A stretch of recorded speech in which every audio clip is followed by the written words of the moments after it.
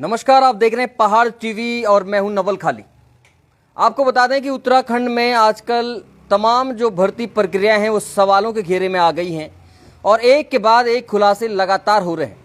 लेकिन अब जब विधानसभा के भीतर नियुक्तियों की बात है तो माननीयों पर आंच आनी भी स्वाभाविक है और इसी बात को लेकर के तमाम वो चीजें, तमाम वो खुलासे हम जो है इस पूरी खबर में करने जा रहे हैं कि क्योंकि गोविंद सिंह कुंजवाल का जो आज बयान आया है, जो पूर्व स्पीकर थे, उन्होंने कहा कि प्रेमचंद ने जो नियुक्तियां की हैं वो बिल्कुल ठीक हैं और जो नियुक्तियां मैंने की हैं वो भी ठीक हैं। तो कुल मिला के देखा जाए तो भाजपा कांग्रेस के शासनकाल में विधानसभा के भीतर जितनी भी नियुक्तियां हुई है उनको लेकर के जनता में खासा आक्रोश है। इसी खास विषय पर बातचीत करने के लिए, तमाम बिंदुओं पर चर्चा करने के लिए हमारे साथ वरिष्ठ पत्रकार और तमाम विषयों के जो है विशेषज्ञ हमारे साथ इस वक्त जो है रावत जी हमारे साथ मौजूद हैं। उनसे भी हम लोग जो है बहुत सारे विषयों पर चर्चा करेंगे। सर, बहुत स्वागत है आपका पहाड़ टीवी पर। और एक बड़ा सवाल सर, आजकल जो विधानसभा में नियुक्तियों को लेकर के तमाम सवाल जवाब जो हैं हो रहे हैं, तो क्या ये सिर्फ सवाल जवाबों तक ही सीमित रहेगा या इसके बाद कुछ परिणाम निकलने की संभावनाएं लगती हैं? परिणाम तो आप समझते हैं, तो खुद ही बीजेपी वाले जब आते हैं तो कांग्रेस पर लगाते हैं, कांग्रेस वाले आते हैं बीजेपी लगाते हैं, सब कहते हैं ये घोटाला प्रदेश हो गया। और अगर आपको याद होगा तो जब इसका राज्य बना ही था, राज्य बनते समय जो राजधानी निर्माण हुआ था तो उसमें सबसे बड़ा घोटाला हुआ था और वो उस घोटाले की तो विधानसभा की कमेटी बनी थी।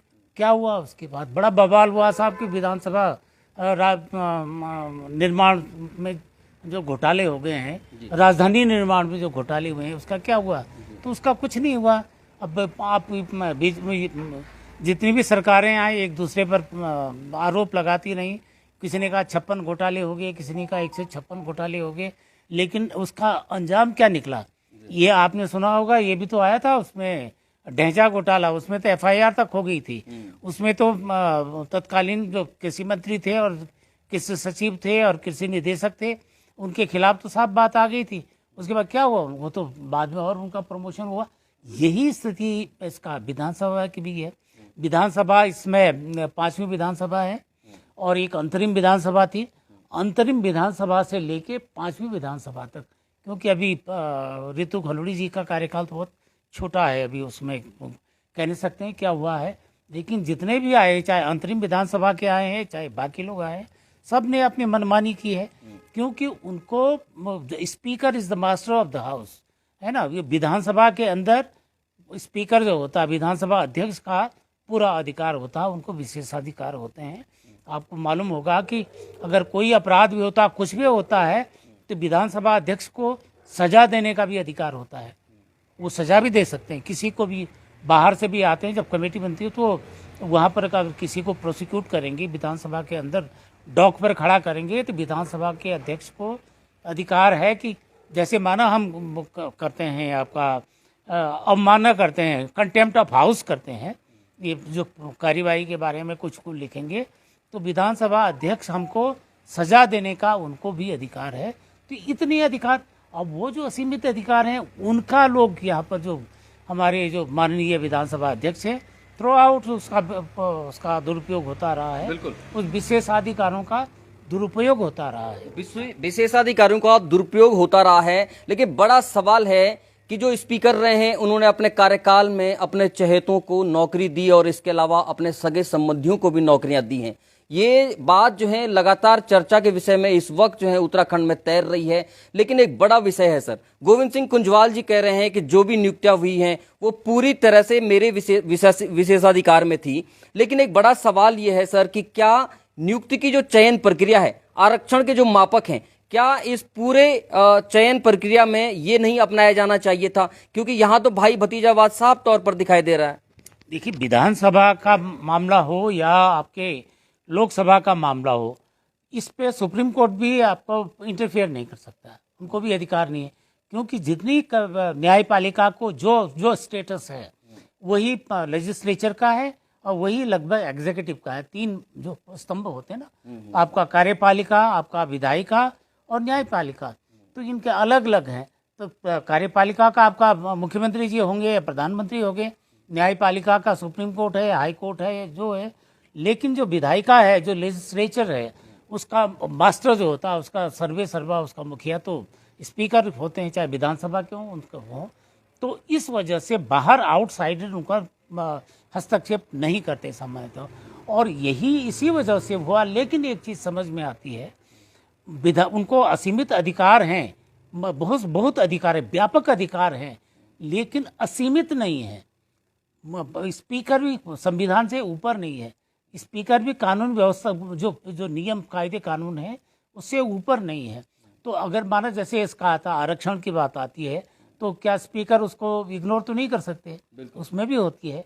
दूसरी और जो चीज़ें जो विधानसभा के में जो नियम बनाए जाते हैं, विधानसभा अपने लिए नियम बनाती है, औरों के लिए देखो, लेजिस्लेचर का काम तो कानून बनाना है, पूरे प्रदेश का बनाना, संसद का काम पूरे देश के लिए है, और इसका विधानसभा का जो लेजिस्लेचर है उसका काम स्टेट के लिए कानून बनाना है। तभी तो विधायिका कहते हैं, लॉ मेकर, उनको विधायकों को लॉ मेकर कहते हैं, लेजिस्लेटर को लॉ मेकर कहते हैं। तो वो कानून अपने लिए भी, विधानसभा के लिए भी होता है। लेकिन क्या सवाल ये है कि क्या स्पीकर कानून से ऊपर है? सवाल तो ये होता है। तो होगा, लेकिन कौन मानेगा? Who will bell the cat? कौन करेगा? आप कांग्रेस वाले कहते हैं कि अब सबके राज में हुआ ना, कहाँ तक नाम गिनवाए सभी ने हमको लुटाया। इस प्रदेश को पहले तो बाहर भी जितने आए हैं, अब 2000 से लेके सन 2000 से लेके अब तक जो हमारा जो पॉलिटिकल जो कैरेक्टर है ये इतना गिरा हुआ है। अब आप ये समझिए कि जिनको जितना मौका मिला, जिसको जहाँ भी मौका मिला उसने दोहन करने को, उसने स्टेट के बाद में सोची, पहले अपनी सोची, चाहे वो विधायक रहा हो, चाहे वो आपका मंत्री रहा हो, चाहे वो मुख्यमंत्री रहे हो। अब देखो ना, एक सरकारी कर्मचारी का कितना साल में बनता है, पे कमीशन बैठता है, 10 साल में बैठता है। लेकिन आपके विधायकों को कितने साल, हर दूसरे साल में उनका पे कमीशन बैठ जाता है, हर दूसरे साल में उनके सैलरी बढ़ जाती है, उनके अलाउंसेस बढ़ जाते हैं।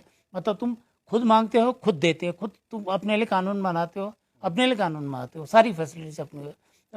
कर्मचारियों को 2004 से पेंशन नहीं है। ये अगर साल भर भी नहीं, जितने 10 बार भी चुनाव जीतेंगे तो 10 पेंशन इनको मिल जाती है। मतलब तुम्हारे लिए मतलब अपने लिए कानून बनाते हो, तुम्हारे लिए खुद पहला है, और उसके बाद प्रदेश है, उसके बाद देश है।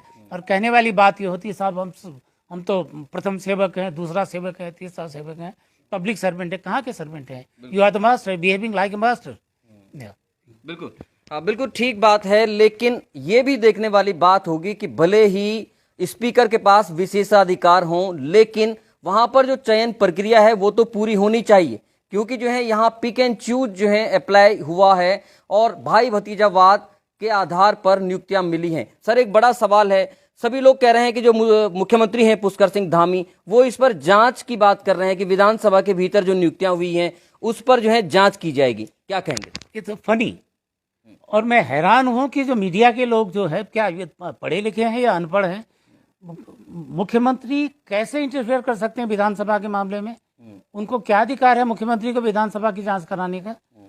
वो तो कुछ नहीं। जो अधिकार उनको अपने बाहर शासन प्रशासन का है, वही स्पीकर को भी अपनी विधानसभा के अंदर करने का है। मैंने आपको बताया ना कि स्पीकर किसी को सजा भी दे सकते हैं विधानसभा के अंदर, उनको इतना अधिकार है। वो is the master of the house, ये होता है मास्टर ऑफ द।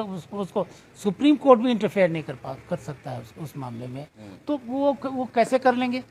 मतलब धामी साहब को क्या अधिकार है कि उसकी जांच कराने का? और वो कहते हैं साहब कि इनसे भी करा, इनसे ये कैसे करेंगी? उनके बीजेपी के लोग भी तो उसमें इन्वॉल्व हैं, किसने नहीं किया? तो ये सब कहने वाली बात है। ये प्रदेश पॉलिटिशियन को लूटने, ये कहते हैं ना, ये अभी आया तो है, कुछ दिन पहले आया था कि भाई कितने जो ब्यूरोक्रेट हैं उनके रिश्तेदार अभी आए थे, ब्यूरोक्रेट के रिश्तेदार थे, उनका पॉलिटिशियन के रिश्तेदार थे, वो सारे माफिया के हैं जो हैं। तो ये nexus between politician, mafia and the bureaucrat. तो ये उत्तराखंड तो माफिया के, नौकरशाहों के और नेताओं का जो गठजोड़ है, वो जो उसको चूसने पे लगा, जो एक्सप्लॉइट कर रहा है, उनके चंगुल में फंसा हुआ है उत्तराखंड। देखने वाली बात है। और जो लेवल है ना, जो पार्टियों के लेवल तो अलग अलग हैं, वो है, लेकिन अंदर स्टफ एक जैसा है, क्योंकि वो शिफ्ट करते रहते हैं। कभी इधर इस पार्टी में जाएंगे, कभी उस पार्टी में, स्टफ इज द सेम। कोई पॉलिटिकल आइडियोलॉजी जाए बाहर में, कौन कौन पूछता है? उनको तो ये है किसका दोन, पहले अपना फिर पार्टी का, और उसके बाद सब in the last the party comes in the last, state comes in the last. बिल्कुल सर, तो ये सिस्टम है इनका। तो ये धामी साहब को अधिकार नहीं है विधानसभा के मामले में इंटरफेयर करने का, और जो भी स्पीकर हैं वो जांच तो करा सकते हैं, लेकिन क्यों कराएंगे? क्योंकि इसमें बीजेपी के भी लोग इन्वॉल्व हैं।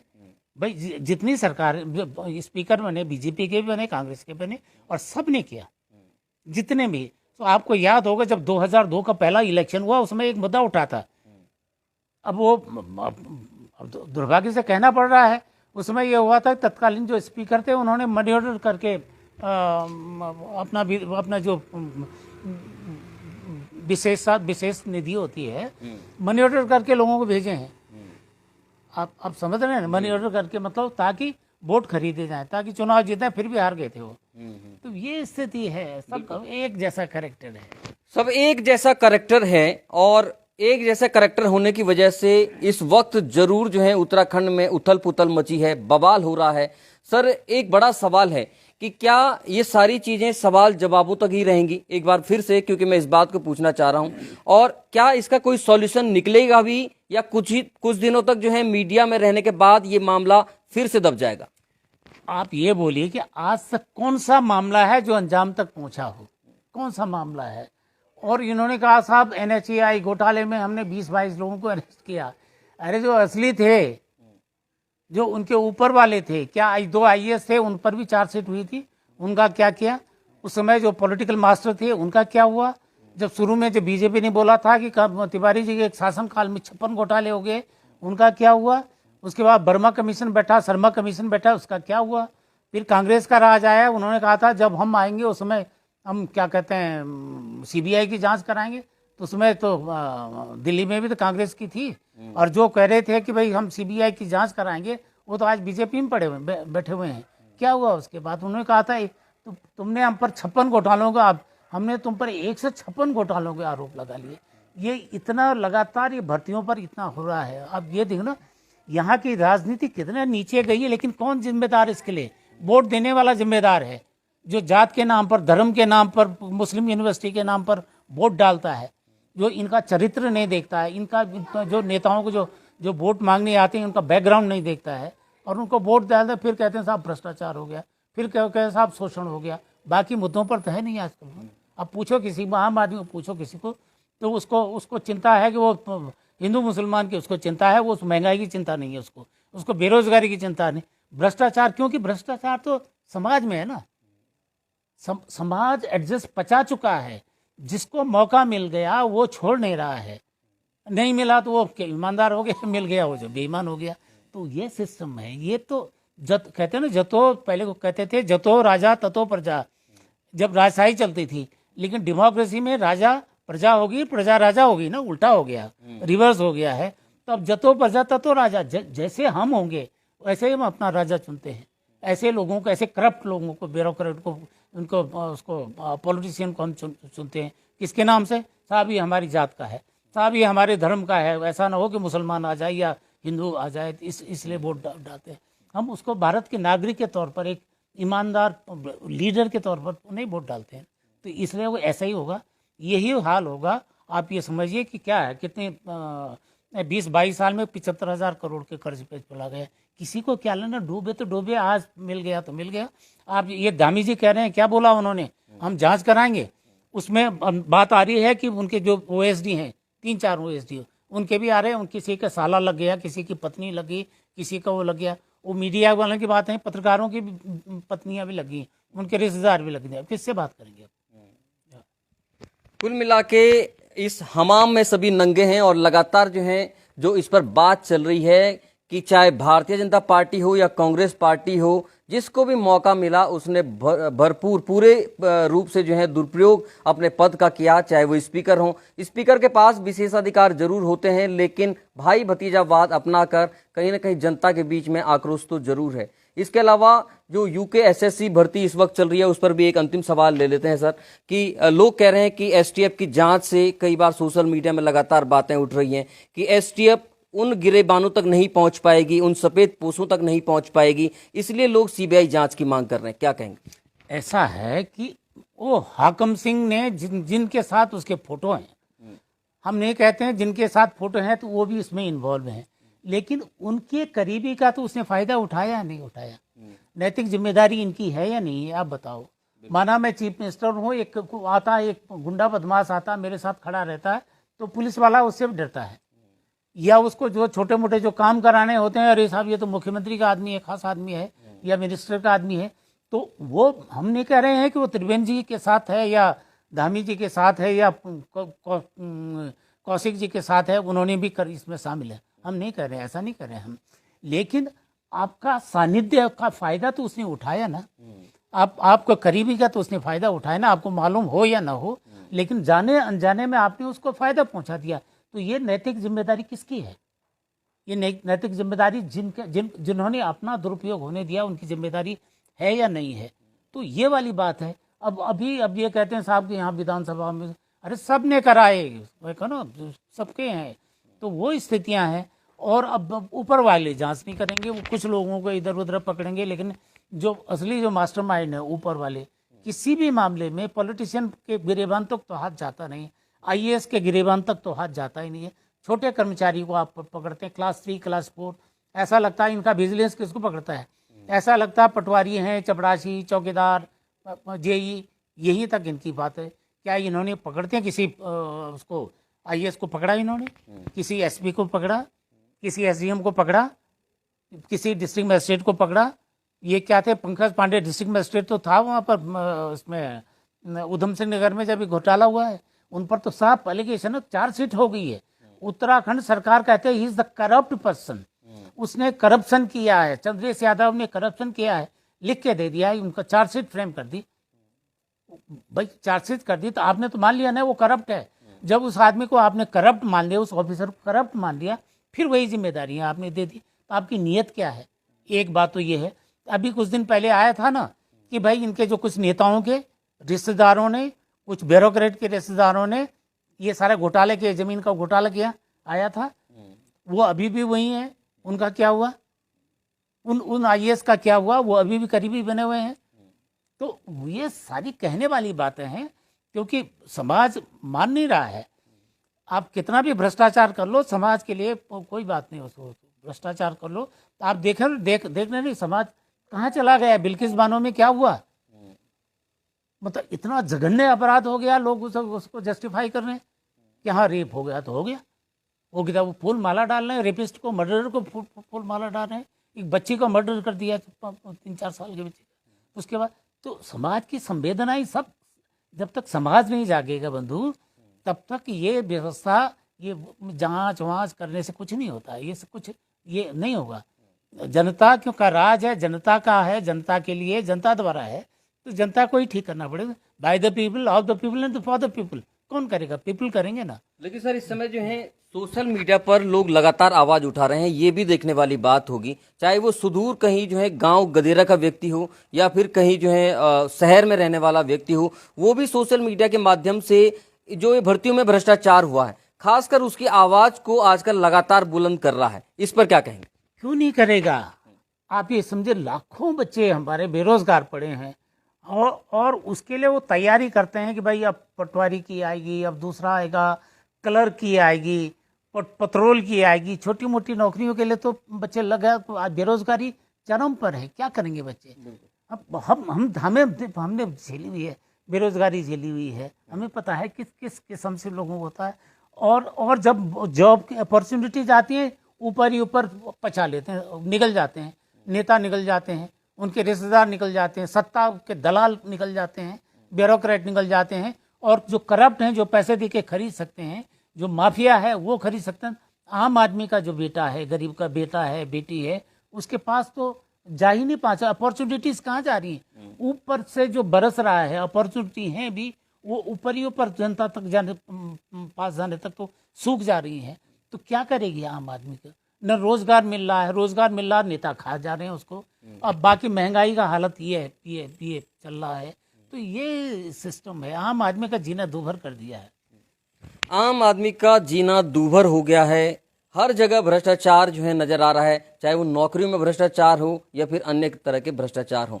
लेकिन इस वक्त जो मामला चल रहा है विधानसभा में नियुक्तियों का, उनको लेकर के लगातार सोशल मीडिया पर आप लोग लगातार आवाज उठा रहे हैं, इस आवाज को बुलंद कर रहे हैं। अभी हमारे साथ वरिष्ठ पत्रकार जयसिंह रावत जी ने जो बातें कही कि समाज को भी कहीं ना कहीं जागरूक होने की आवश्यकता है। जितने दमखम से आप लोग इस आवाज को उठा रहे हैं, यदि इसी तरह से ये क्रांति चलती रही तो आमूल चूल परिवर्तन भविष्य में भी जरूर होंगे। लेकिन फिलहाल जो है इस पर जो कांग्रेस और भारतीय जनता पार्टी है वो आपस में दोनों ही सरकारों में इस तरह की नियुक्तियां हुई हैं, जिसको कि जयसिंह रावत जी कह रहे हैं कि वो विशेषाधिकार कहीं ना कहीं स्पीकर का है। लेकिन इस पर छिछलेदारी भी खूब स्पीकरों की हो रही है कि क्या भाई भतीजावाद अपनाकर क्या वो इस तरह के भ्रष्टाचार करेंगे, ये भी देखने वाली बात होगी। मौसेरे भाईवाद जी, और मौसेरे भाईवाद भी कब तक चलेगा उत्तराखंड में, ये भी गंभीर विषय है। मौसेरे भाईवाद भी कब तक वास्तव में चलेगा, ये भी देखने वाली बात होगी, क्योंकि वो तमाम युवा कहीं ना कहीं जो गांव गदेरों के युवा हैं, खेत खलियानों के जो युवा हैं, वो तमाम जगह पर कोचिंग सेंटर के माध्यम से तैयारी में जुटे हैं। लेकिन उनके हिस्से की नौकरी पर किस तरह से डाका जो डाला जा रहा है वो भी देखने वाली बात होगी। पहाड़ टीवी लगातार इस मुद्दे को उठा रहा है, आगे भी हम लोग इस मुद्दे पर लगातार मुखर होकर बातचीत करते रहेंगे। तब तक धन्यवाद।